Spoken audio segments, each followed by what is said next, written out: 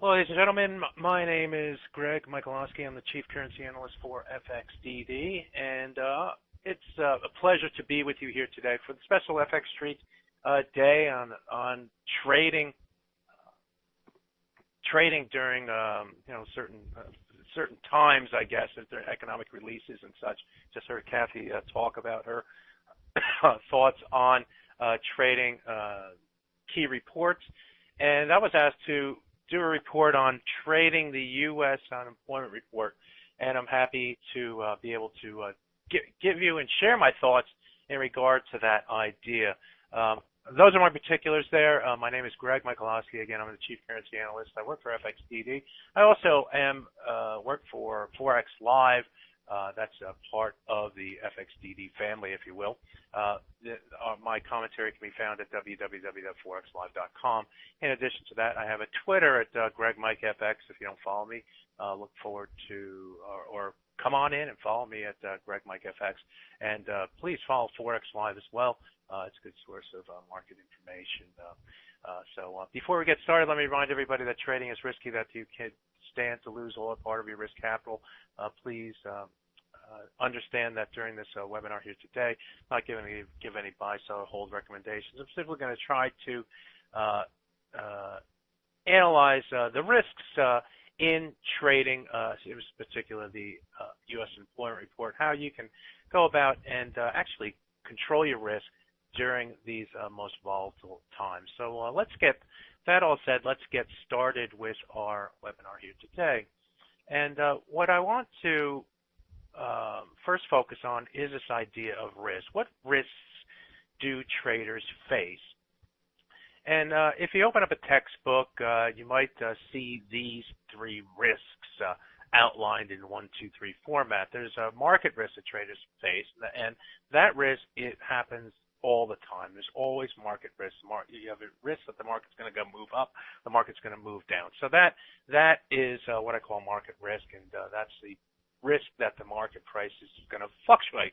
And unless the market is fixed, the exchange rate is fixed, and the foreign exchange market, like maybe Euro Swiss, the market risk can be great. But of course, we still have market risk in the Euro Swiss.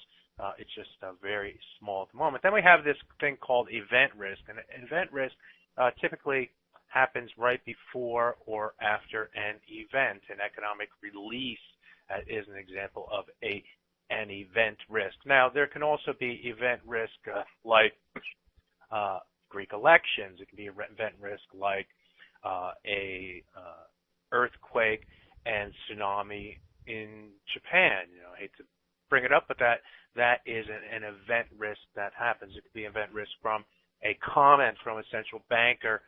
All these things are what are called event risks. Some of them are scheduled, some of them are not. So when I say that event risk typically happens right before or after, or typically occurs right before or after, if you don't know an event is going to happen, then you don't have event risk before. You have event risk after. That causes the market risk to, you always have market risk, but causes the price to move in a in a quick fashion, if you will. So although I say typically right before or after, I use that word typically, I just wanted to bring up that different point. But we're going to be focusing here on the unemployment report.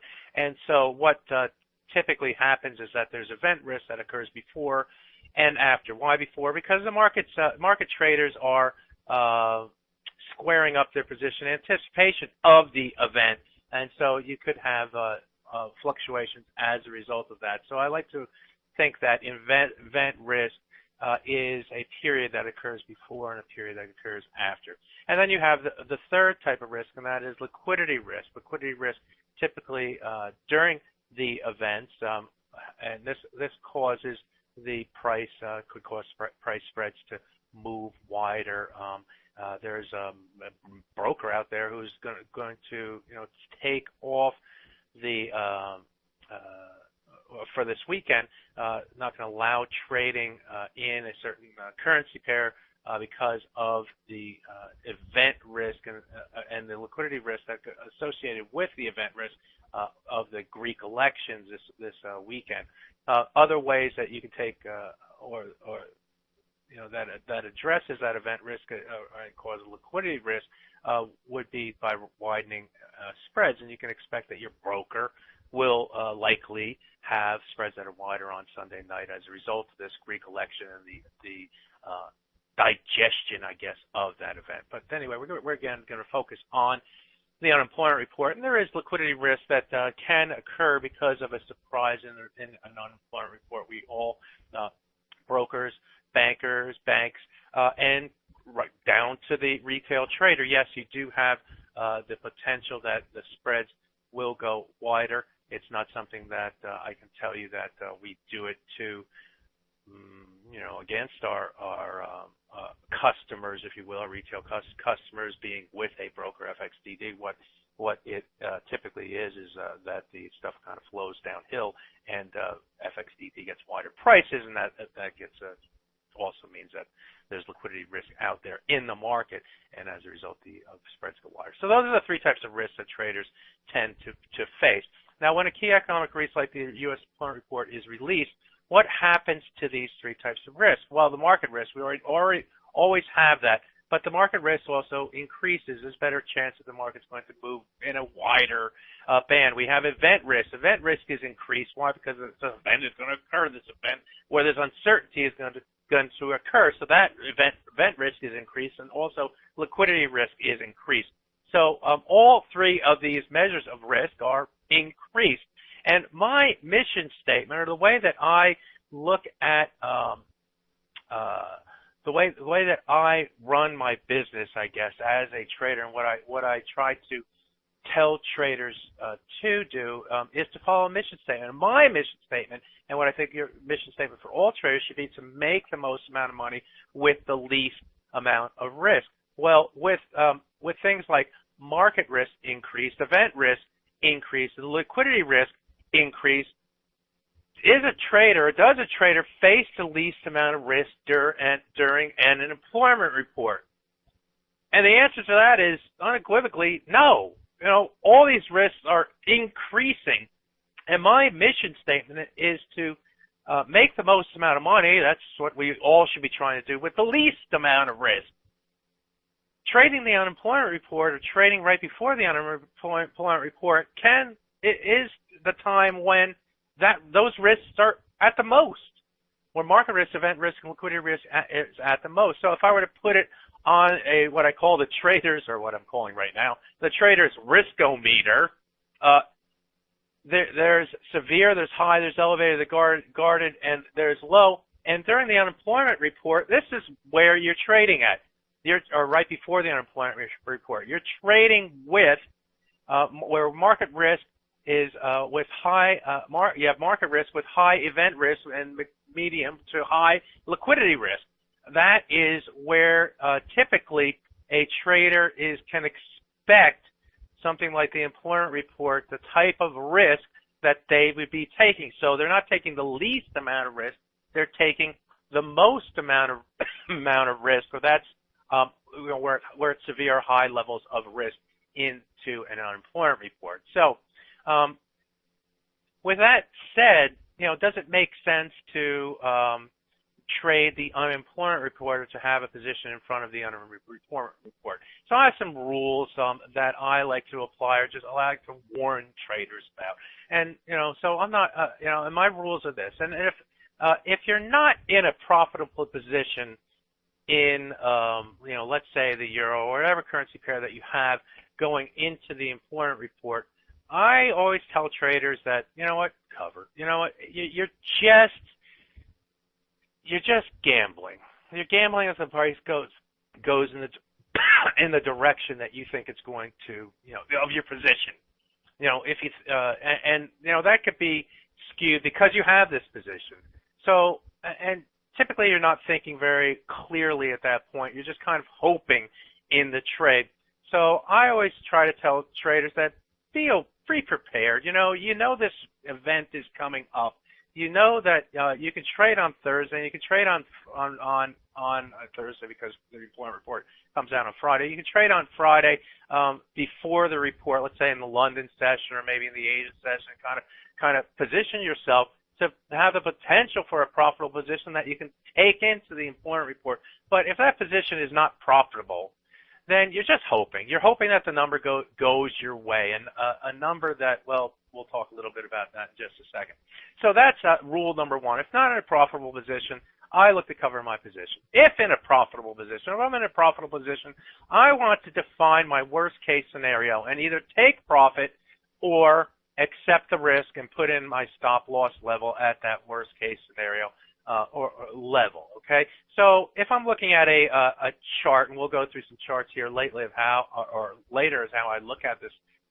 What you want to do is that you're in a profitable position. Now, I didn't say how profitable, and by the way, it doesn't mean like 1, 2, 5 pips or something like that. That's not going to necessarily do it. That's almost like not having a profitable position.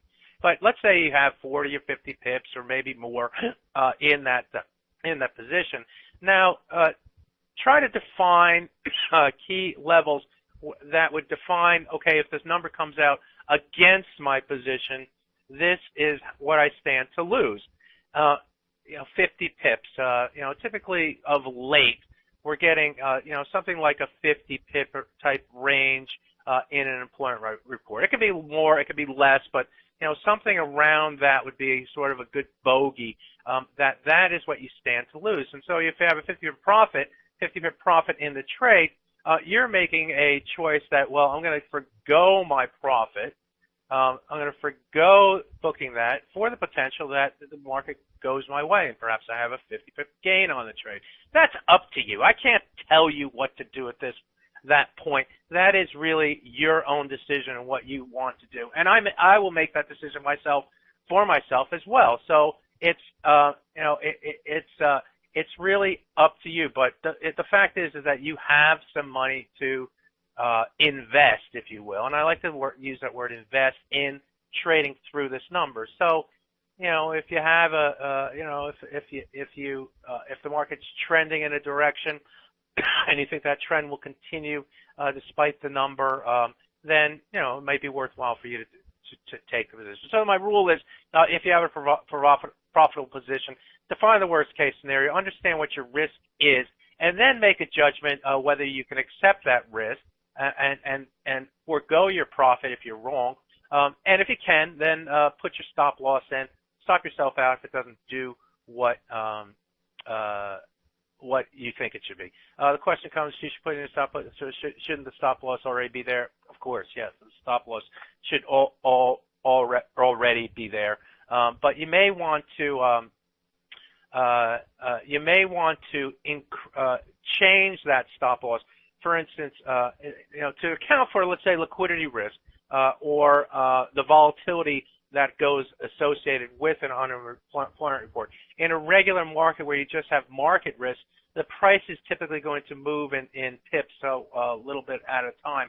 Now, you may want to, if your stop loss, say, is at 20 on the top side, you may want to move your stop loss to 40, just so that you don't get caught up in that volatility and that liquidity risk that may happen at the second of the report while the traders are digesting the news. In other words, it doesn't necessarily make sense to me to keep a tightish type stop loss through the employment report, because the market can easily go to that 10 pip or stop loss level, fill that, and then move in the other direction. So you kind of have to widen out your stop loss.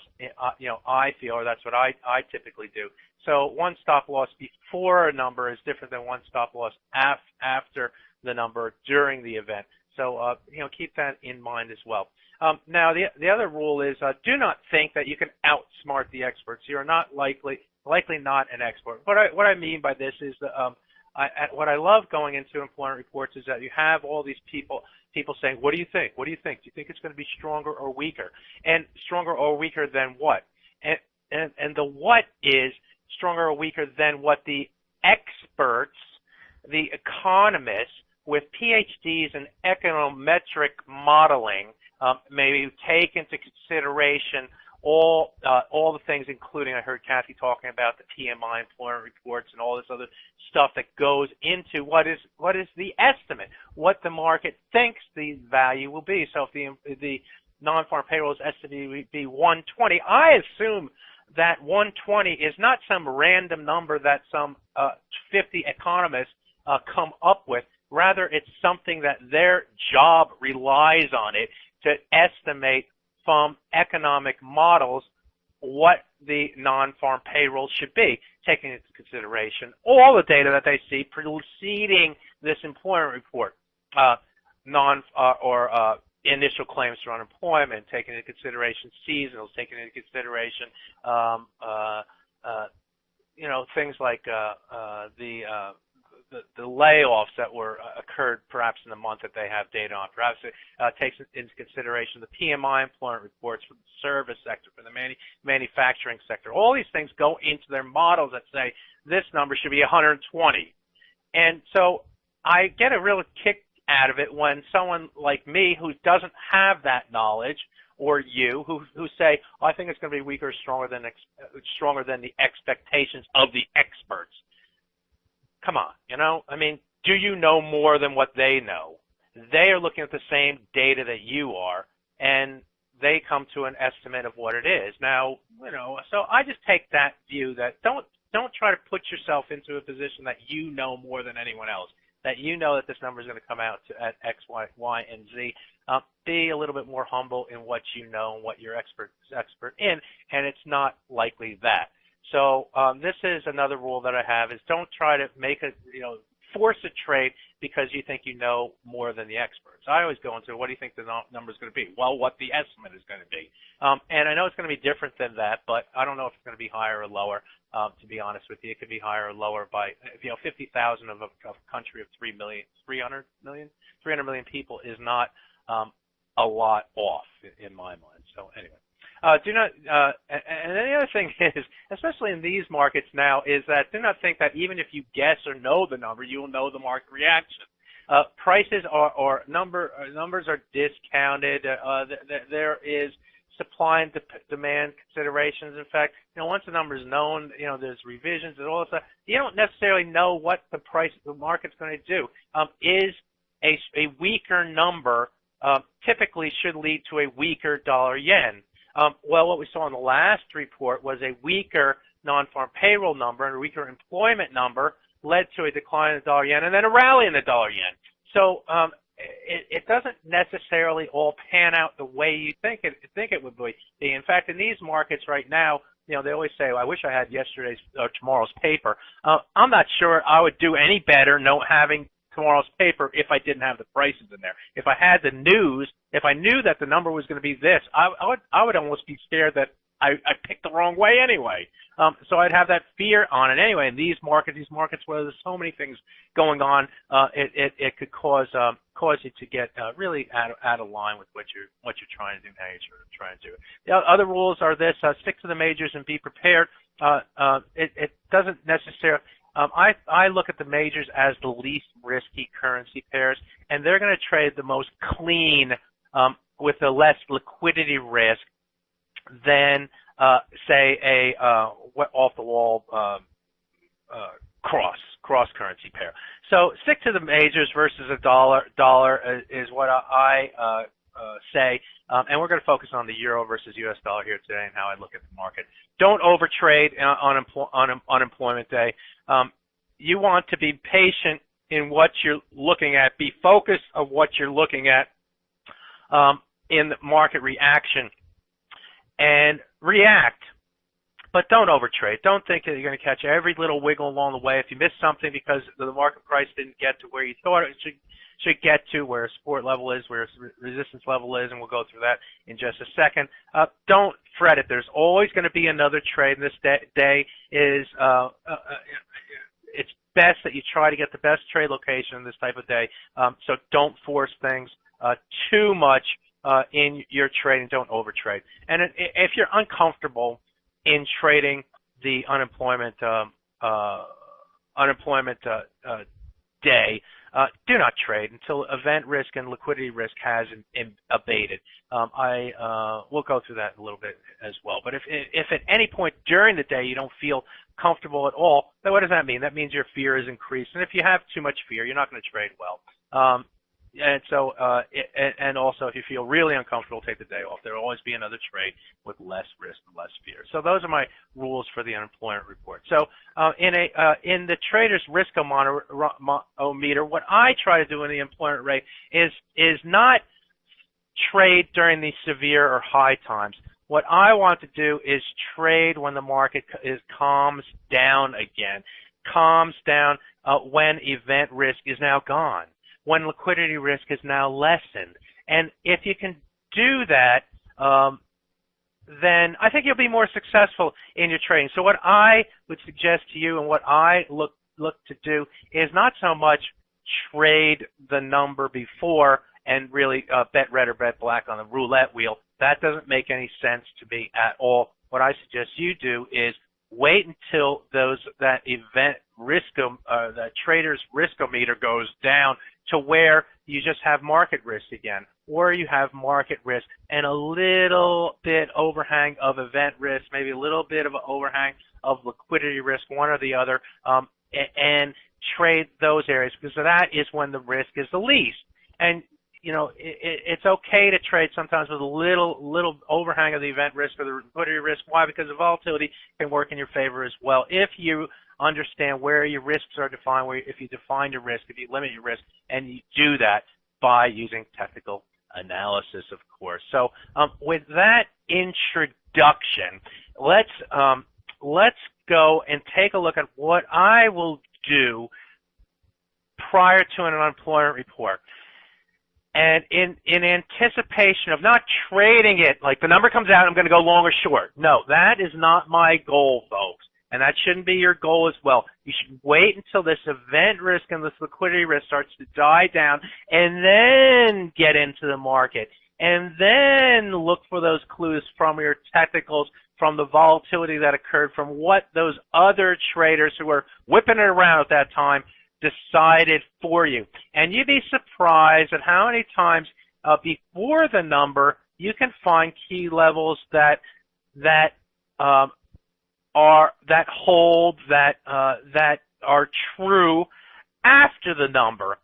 And if you can find those key levels and see them and understand that you're not the only one seeing them, because they are well defined, they're well seen, they're derived from what a lot of traders can see from tools that are very much accepted by the market. And it's my belief that this is how traders therefore trade the market, by defining risk against key technical levels, key visual technical levels in particular. So this is what I would do in a report. I like to look at three different charts. I like to look at the daily, I like to look at the hourly, I look at the 5-minute chart. Why do I look at those three charts? Well, they're a proxy for types of traders. The daily trader or the guy who looks at the daily chart is going to be looking at it because he's a longer-term position trader, okay? And we're not really talking about those types of traders in this employment report, because they shouldn't really be care a lot about the employment report. They should, but you know, they're typically they don't. So, but I want to pay attention to the key technical levels that they're looking at anyway, because they may react to what the technicals are saying from their particular chart. So that the daily chart is my proxy for longer-term traders. Now, I also look at the hourly chart, and the hourly chart is a proxy for intermediate or swing-type traders.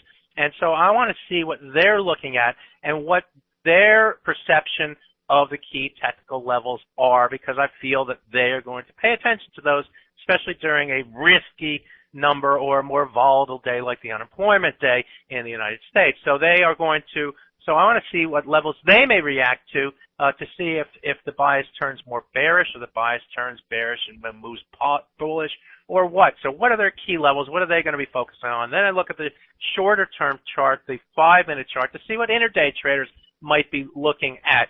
And that 5-minute chart comes into play mainly once a trade, or you know, it actually comes in during the entire process, because in the 5-minute chart you get to see what the nuances that are going on in this little volatile period here where the number comes out and the market's really trading really violently one way or the other. And you can a lot of times find little clues, little tweaks from the 5-minute chart that you can't see in the hourly chart, but you rely on both the hourly chart, the 5-minute chart, and the daily chart in devising this plan.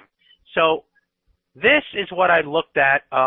This is a chart of the euro versus US dollar on a daily chart right before the unemployment report. And what we see here on the daily chart, or what I'm looking for, is key levels that are in play, if you will, off of this chart. Levels that that the market will likely use, or longer-term traders will likely use for bullish or bearish bias. Okay, and this doesn't have a lot in it right now, and rightfully so, because it's a daily chart. We're going to have more levels off of the hourly chart, off the 5-minute chart. But what we can see from this chart is a nice little trend in the month of May. Didn't we see a nice little trend? And so we come into the first day of the month, which is the unemployment day, and we are right there on this nice little channel trend line here. I take the highs here, I connect it to this high right here, I put a parallel line in here, I connect it to the low here, and we can see that over the last 3 days or last 2 days of May, the first day of June when the unemployment report came out, we're holding this support line, hold that line, and the market was saying, I'm not ready, I'm going to let this employment number come out and determine whether we accelerate this trend to the downside, or use this as support and start the corrective move off of the entire May. How many days we have down in the month of May? Not many days down, or up in the month of May. Most of the days are down, as you can see here from the chart. So do we start the corrective move off of this number, or do we move to the downside? And so what we see here is this 123.10 level is our key level. That is channel trendline support. Above that, we have the 125.04 level, which is a pretty long way, about almost 200 pips to the upside from the low from the day's trading. Is that possible to get there? Probably not during the unemployment day. There have been times when the range has been more than 200 pips, but that would be a long shot that we get up there, and then 125.64. So really, off of the daily chart, what I conclude off this daily chart is 123.10, bullish above, bearish below. That's it. If the number comes out and the market moves to the downside, I don't really care what the number is or what the market reaction is. I just care about this price. On the daily chart, if the market stays below the 123.10, that's bearish. If it moves back above the 123.10, that's bullish. And so that's my borderline, if you will, from the daily chart. 123.10, my key level. And ironically or not ironically or whatever, we're trading right near that 123.10. I think we were somewhere around the 20 something or other area where the number came out with at the time of 8:30. So that's what I look at on the daily chart. Now let's take a look at the hourly chart and look at the same. Look right to the last hour before the employment number. And in this chart, we see a little bit more detail here. We see a little bit more. We can see a little bit more of the trees in the forest here, can't we? And so what we have here is a few little channels here. We have some Fibonacci retracement levels, and we have moving averages.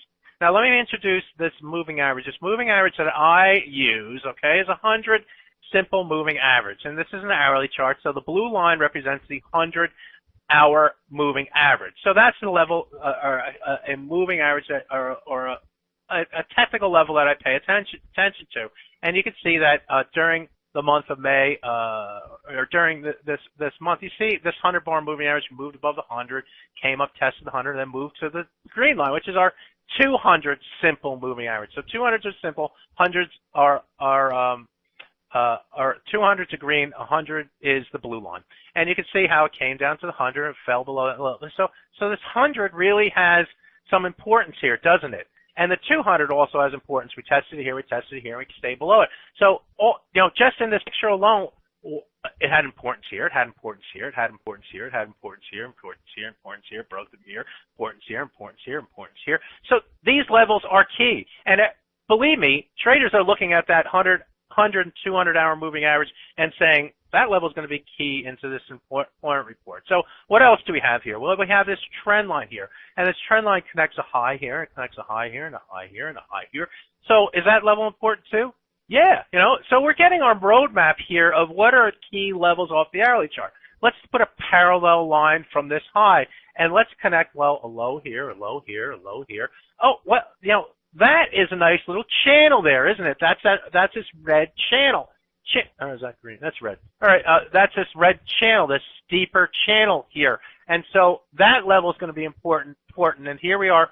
So what I do is I define this level, 122.43. I say that if the market gets down, that's going to be a key level in this employment report. If the market should move down toward that level, that's going to be a level where we either find support or the market goes through that level.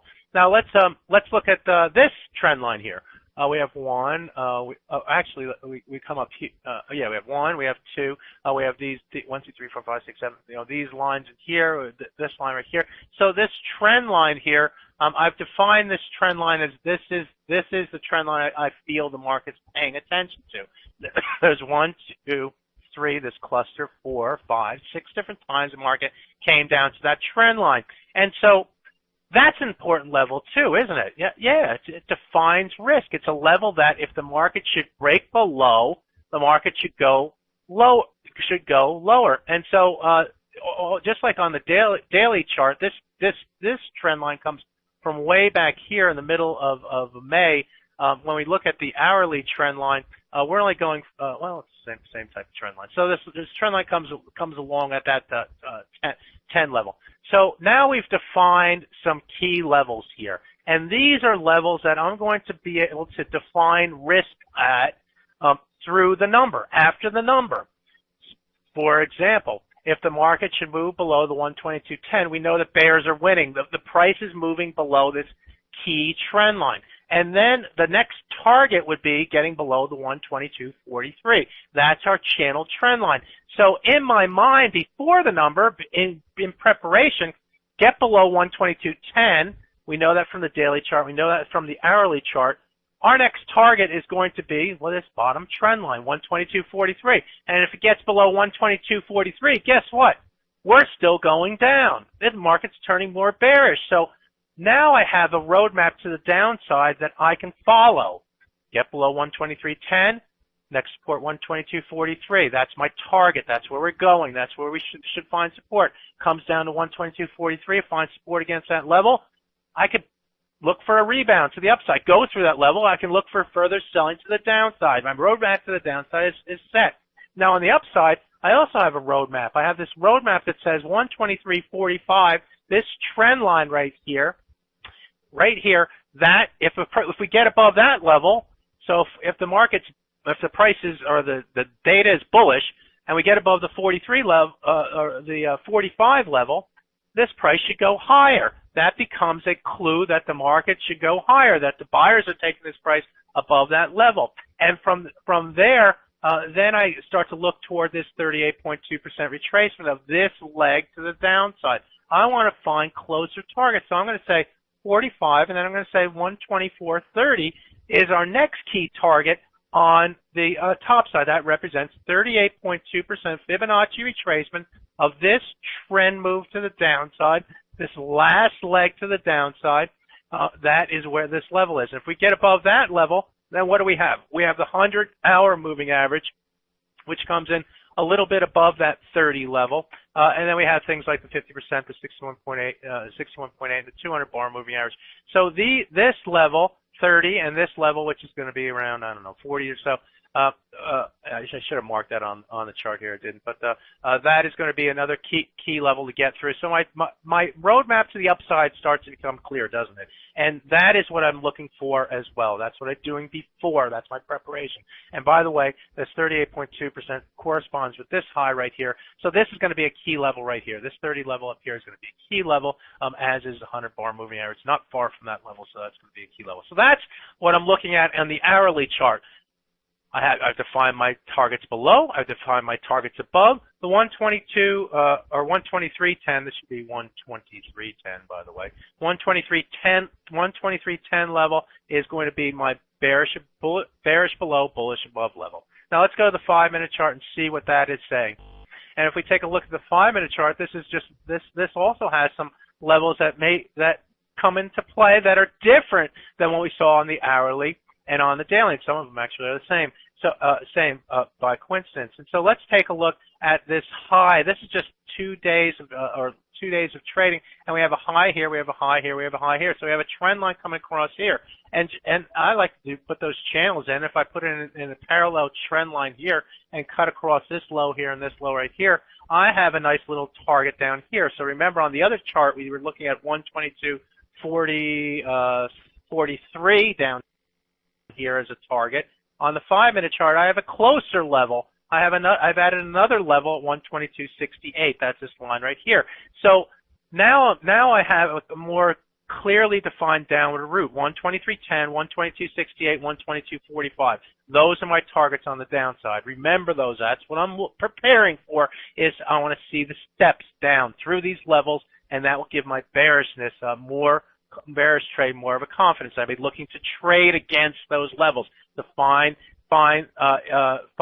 key trading levels off of that. Now let's look on the upside, on the top side for this. And what we have here is this 100-bar moving average. That comes in at 123.38. Again, the blue is 100, the green is 200. And then we also have the 200-bar moving average. That's a green line here. And we can't actually see it here because it's masked or covered up by this trend line. This trend line connects this high with this high with this high right here.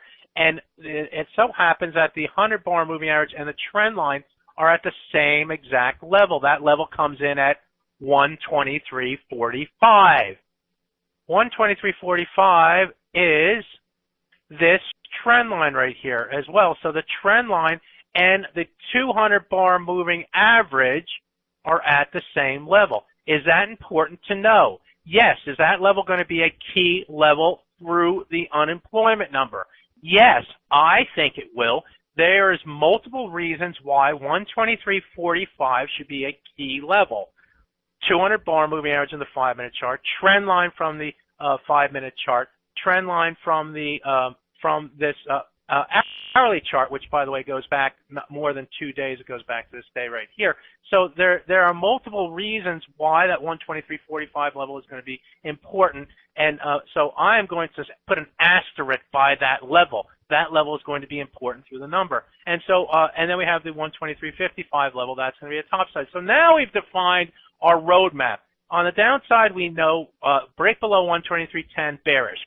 Next stop, 122.68. Next stop, 122.45. Those are our targets on the downside. On the upside, move above 123.10, bullish. Next stop, get through the 123.45 level, bullish. Get through the 123.55 level, bullish. And then start to move toward the 124.30 level, the 38.2% retracement of the day of the move to the downside. That will be our next target. So that is how I like to look at the markets, to take these steps, to define these levels, and then see what happens. Then see what happens through the number. See if we can find that the market uses these levels as support or resistance and trade against them after the event risk, after the liquidity risk has died.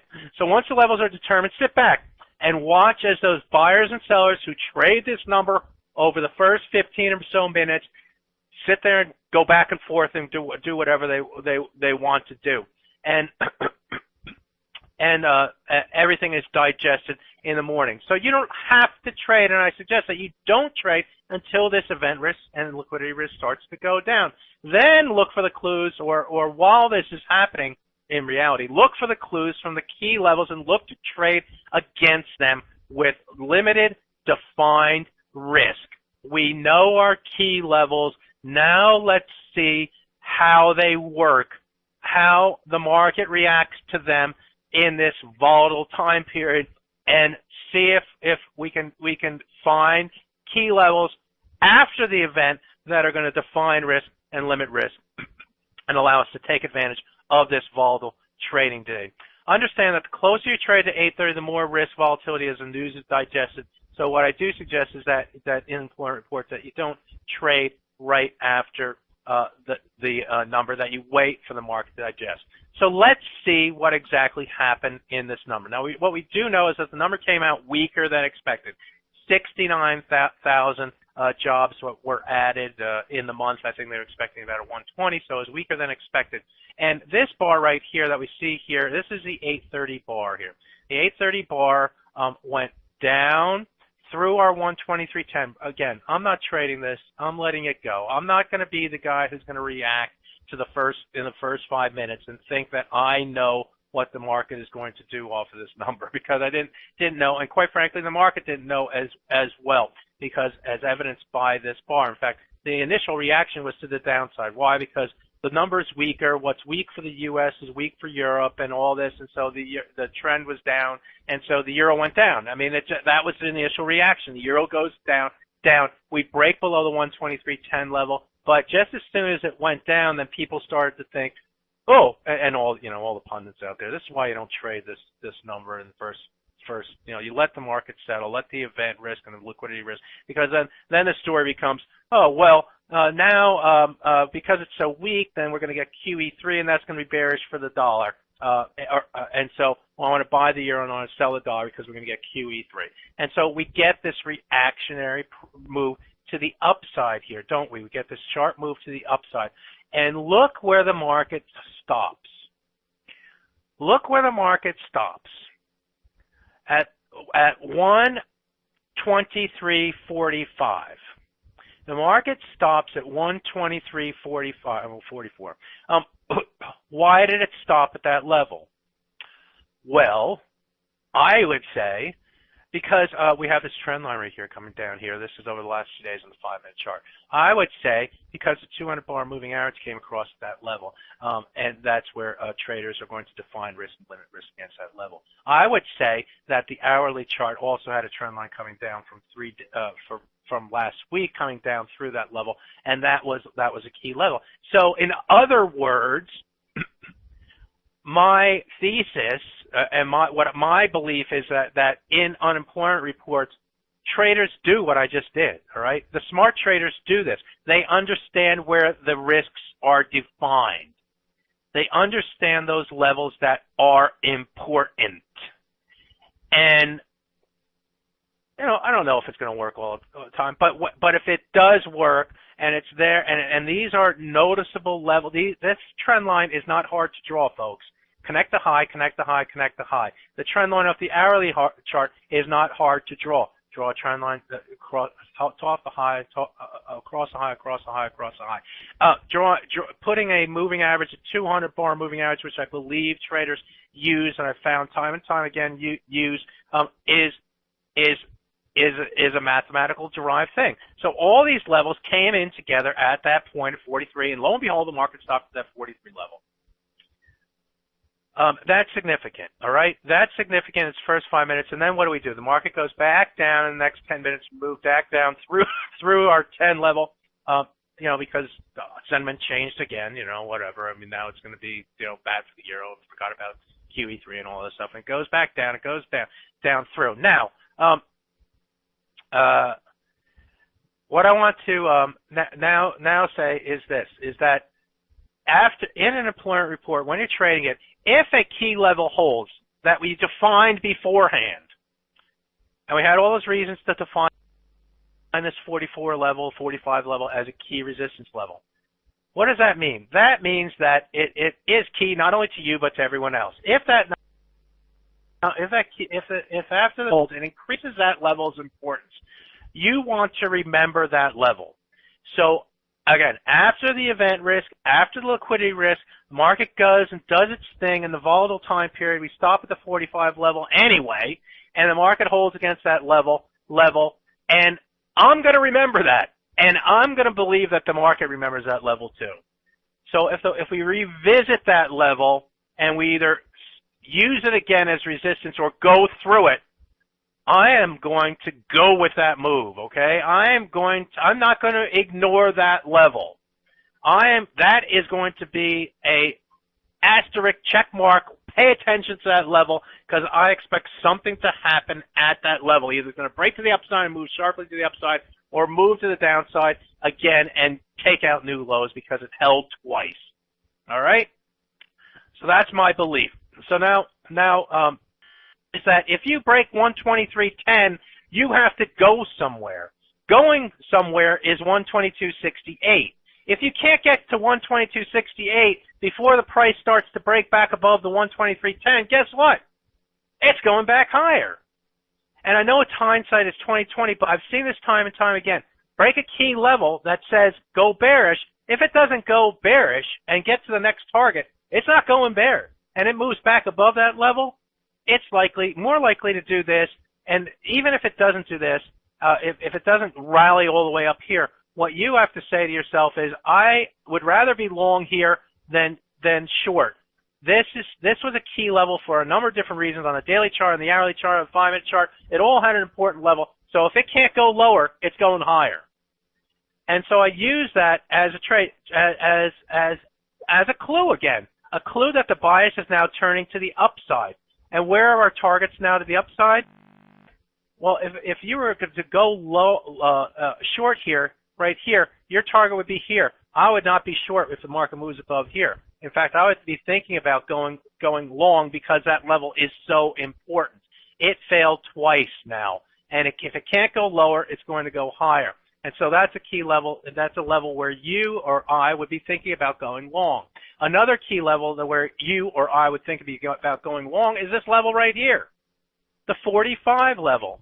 That level is the key level where we have the 200 bar moving average. We have the trend lines coming together. And remember where we came up to before. So now it's increased in importance. And that is another key level. And lo and behold, what happens? The market goes above the 45 level, comes down, and you see this bar right here? Test that, and boom, to the upside. It gave you a second opportunity here. So in trading the unemployment report, what I like to do is look for those opportunities, look for those clues from key levels, 10, 45, and define your targets, and just put a logical spin on it, folks. If it can't go lower, it's going higher. If it breaks through a key level, use that level as support again. And you can see it here. The market moved up here. It came down. Where did we come down to? We came down and we found support. This bar right here found support against what level? The 10. In fact, put a line across here. What is this low here? 10. Support here. What's your risk? If it goes below that, this line here, that is your risk. Your risk is this much. What is your potential gain? Getting through here, getting through here, getting through here. All this happens.